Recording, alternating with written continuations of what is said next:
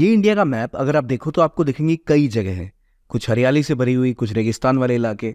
लेकिन अगर मैं आपसे पूछूं कि सबसे ज़्यादा स्वच्छ और हरा भरा इलाका जहाँ प्रदूषण कम होगा, जान को खतरा कम होगा, कौन सा लग रहा है, तो आप कहोगे नॉर्थ ईस्ट। और नॉर्थ ईस्ट में अगर आप और जूम इन करो तो आपको इलाका और हरा भरा दिखाई देगा। कंप्लीटली प्रिस्टीन ब्यूटी जिसे कहते हैं यहाँ दिखती है। लेकिन अगर मैं आपसे पूछूं, इन हरे भरे इलाकों में ही एक राज्य है मिजोरम, जहाँ सर्वाधिक कैंसर की रेट है इंडिया में।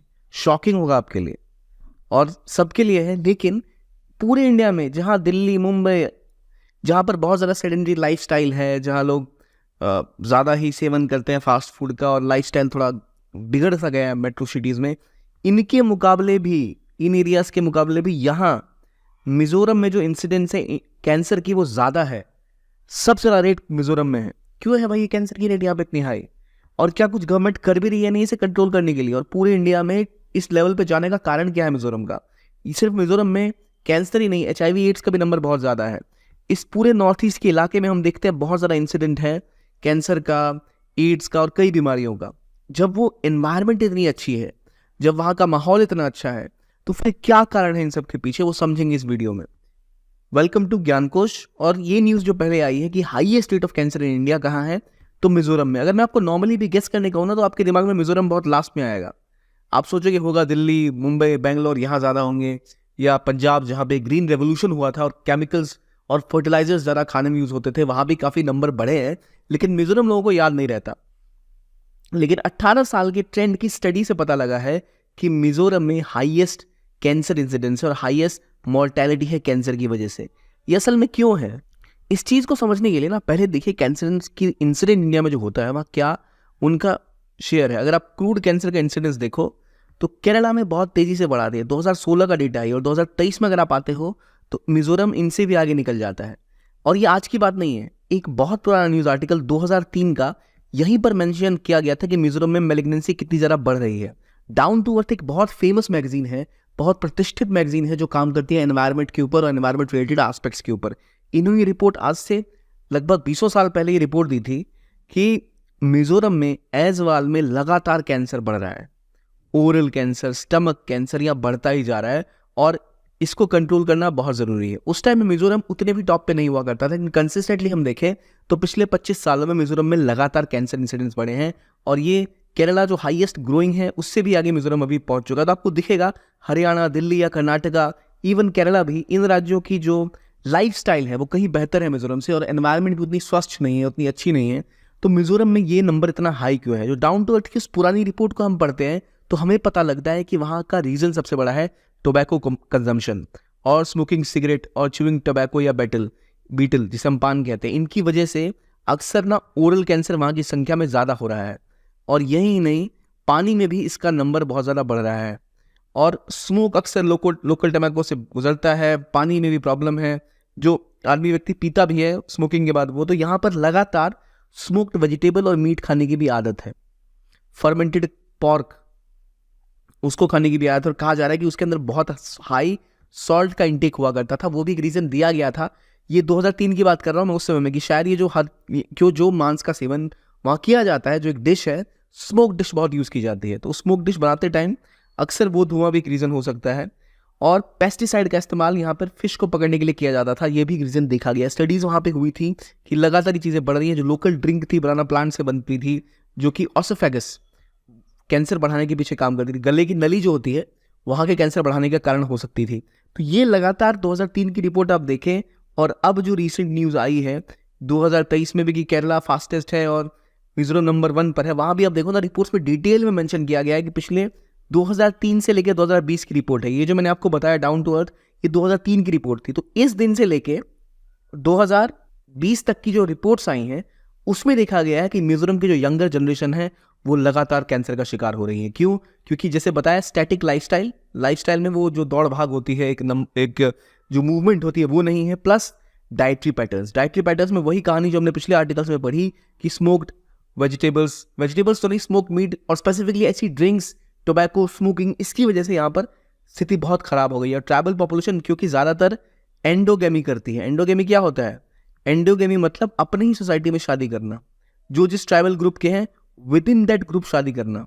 तो होता ये है कि अगर आप अपने ही ग्रुप में शादियां कर रहे हैं, एक ही जगह पे शादियां हो रही हैं, तो वहाँ पे जो जेनेटिक ट्रांसफ़र है, जो जीन्स पेरेंट्स से ट्रांसफ़र होते हैं बच्चों में, अगर उनमें पेरेंट्स में कैंसर प्रोन कोई ऐसी ट्रेट्स हैं तो वही कैंसर प्रोन ट्रेट्स उनके बच्चों तक पहुंच जाती है। इसी वजह से हम कह सकते हैं कि मोर्टेलिटी रेट्स मिजोरम में कहीं ज़्यादा है। कंपेयर करिए आप बाकी राज्यों में, दिल्ली, हरियाणा या मुंबई की मैं बात करूँ, तो वहाँ क्योंकि जो पैटर्न ऑफ मैरिज है वो भी डिफरेंट है।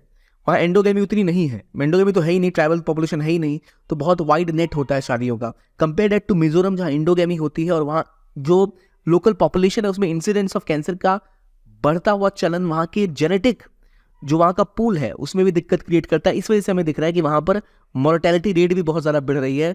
एक तो वहाँ मोर्टेलिटी रेट बढ़ने का कारण क्या है, क्योंकि आपको कैंसर है पता भी नहीं चलेगा, डायग्नोस्टिक फैसिलिटीज़ नहीं है। और कैंसर एक ऐसा रोग है जो किसी भी ऑर्गन में हो सकता है, बहुत सारी, सिर्फ गले में नहीं, पेनक्रियाज में, बॉडी के किसी भी पार्ट में हो सकता है, स्किन में हो सकता है। इसी चक्कर में अगर आप देखें तो ये डिजीज़ जो अभी आपको दिखती हुई बढ़ रही है मिजोरम में, उसका वजह यह है कि पहले उसकी डायग्नोसिस के लिए सुविधाएं भी नहीं है, क्योंकि दूर से दूर का इलाका है मिजोरम। प्लस वहाँ पे डाइटरी पैटर्न, खाने का पैटर्न, स्मोकिंग, टबैको, ये सब कुछ ज़्यादा ही किया जाता है। ये भी एक कारण है, और यही कारण है कि अब ये चीज़ जो जहाँ जहाँ राज्यों में है वहाँ कैंसर का चलन बहुत ज़्यादा बढ़ रहा है। और रिसेंट रिपोर्ट्स 2003 से लेकर अभी तक की सारी रिपोर्ट ये साबित करती है कि मिजोरम की स्थिति बहुत ज़्यादा ही खराब है। और जो ICMR की रिपोर्ट है ना, उसने ये कहा है कि इंडिया में 29.8 मिलियन कैंसर का बर्डन हो जाएगा 2025 तक। ये बहुत बड़ा नंबर है। इतने देशों की पॉपुलेशन होती है जितने इंडिया में कैंसर के मरीज होंगे, और मेजरली कैंसर में बहुत ज़्यादा एक्सपेंडिचर होता है, इलाज कराने में बहुत खर्च लगता है, और ये वहन करना किसी के लिए भी बहुत मुश्किल हो जाएगा। इससे महंगाई भी बढ़ेगी और समस्याएं भी पॉपुलेशन के लिए लगातार बढ़ती जाएंगी। इसलिए बहुत इंपॉर्टेंट है कि गवर्नमेंट इसके लिए कदम उठाए। तो क्या हो रहा है असल में, इसके लिए क्या कहानी, ये भी देखते हैं। लेकिन आपको नॉर्मली बता दो, जो ICMR है, Indian council of medical research, इनका कहना है कि lung, breast, oesophagus, mouth, stomach, liver और यूटेरिस, इन सब में जो वेटेज ऐसा है, लंग कैंसर तो हाईएस्ट है। तो आपको पता रहा लंग कैंसर किससे जुड़ा हुआ है, तो आपको पता लगेगा कि ये ऑब्वियसली स्मोकिंग और पॉल्यूटेड एयर इसका मेन कारण माना जाता है लंग कैंसर का। तो वो हमें पता है, राज्यों में ज़्यादा बढ़ रहा है, पॉल्यूशन बढ़ रहा है, तो ये दिक्कतें भी बढ़ने की संभावना उतनी ही ज़्यादा बढ़ जाएंगी। इसलिए बहुत इंपॉर्टेंट है कि इस पर काम किया जाए। क्या गवर्नमेंट ने इसके ऊपर काम किया? तो पहले ही जो MOU हुआ था वहाँ पर मिजोरम में कैंसर हॉस्पिटल खोलने के लिए, जो इंडिया का प्रोग्राम है to control the prevention of cancer, वो वहाँ स्टार्ट किया जा रहा है। प्लस जापान के साथ भी इन्होंने एक लोन डील की है ताकि एक कैंसर सेंटर मिजोरम में खोला जाए, सुपर स्पेशलिटी कैंसर सेंटर, ताकि वहाँ जो कैंसर के मरीज उनका इलाज किया जा सके, ताकि डायग्नोसिस भी बढ़ाया जा सके और पहचान कर टाइम रहते इलाज किया जा सके। देखिए कई ऐसी कैंसर के वेरिएंट्स हैं, जैसे स्किन कैंसर हो गया या फिर ब्रेस्ट कैंसर हो गया, तो ऐसे कैंसर्स का इलाज संभव है अगर समय रहते पता चल जाए, आप उस कैंसर को रिमूव कर देते हो। लेकिन कई और ऐसे, जैसे ब्लड कैंसर या ब्रेन कैंसर, ये इस लेवल पे पहुंच जाते हैं जहां इनका इलाज संभव नहीं है, लेकिन अर्ली स्टेजेस में चांसेस होते हैं कि पेशेंट रिकवर कर पाए। इसके लिए वहाँ हॉस्पिटल्स होने भी जरूरी है। इसीलिए मिजोरम में मोर्टेलिटी रेट भी बहुत ज़्यादा है, और केवल यही नहीं, HIV का प्रेवलेंट भी बहुत ज़्यादा है वहाँ पर। तो इसलिए गवर्नमेंट ने वहाँ के लिए स्पेसिफिक प्रोग्राम चालू किया था कि वहाँ पर इसको भी रोका जाए बढ़ने से। बाकी अगर आप राज्यों में देखो ना, तो ऑल ओवर नॉर्थ ईस्ट आपको बढ़ता हुआ दिखता है कैंसर का रेट। इसके पीछे सबसे बड़ा रीजन ये है एंडोगेमी, स्मोकिंग और जो पॉल्यूशन, जो केमिकल्स का यूटिलाइजेशन होने लग गया, इसकी वजह से यहाँ नंबर ज़्यादा बढ़ रहे हैं। और 4 डिस्ट्रिक्ट हाईएस्ट अगर नॉर्थ ईस्ट के देखो जहाँ कैंसर, उनमें ऐजवाल और ईस्ट खासी हिल दोनों मिजोरम में है। और इसके अलावा आपका पौमपारे जो है वो अरुणाचल प्रदेश में। मतलब जो इलाके हम जनरली सोचते हैं बहुत साफ सुथरे और स्वच्छ है, वहाँ भी कैंसर अपने पैर फैला रहा है। इसलिए बहुत इंपॉर्टेंट है कि डायग्नोस्टिक, ट्रीटमेंट और timely warning to the population कि आपको क्या लाइफस्टाइल से खतरा हो सकता है वो पता रहे और चीज़ें समय रहते कंट्रोल की जा सके, वरना जैसे जैसे कैंसर का बर्डन बढ़ेगा इंडिया के लिए उसको कंट्रोल करना बहुत मुश्किल हो जाएगा।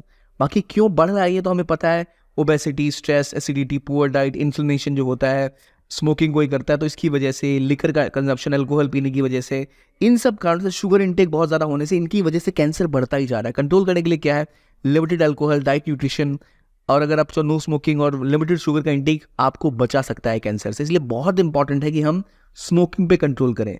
ऑक्यूपेशनल हैजर्ड, मतलब जैसे अगर किसी आप ऐसे इलाके में रहते हैं जहाँ बहुत सी फैक्ट्रीज हैं तो वहाँ एयर पोल्यूशन ज़्यादा होगा, तो ये गवर्नमेंट की जिम्मेदारी है कि लॉज ऐसे बनाए कि जो ऑक्यूपेशनल इलाके हैं वहाँ पर पोल्यूशन ना फैले, वहाँ चीज़ें कंट्रोल में रहें।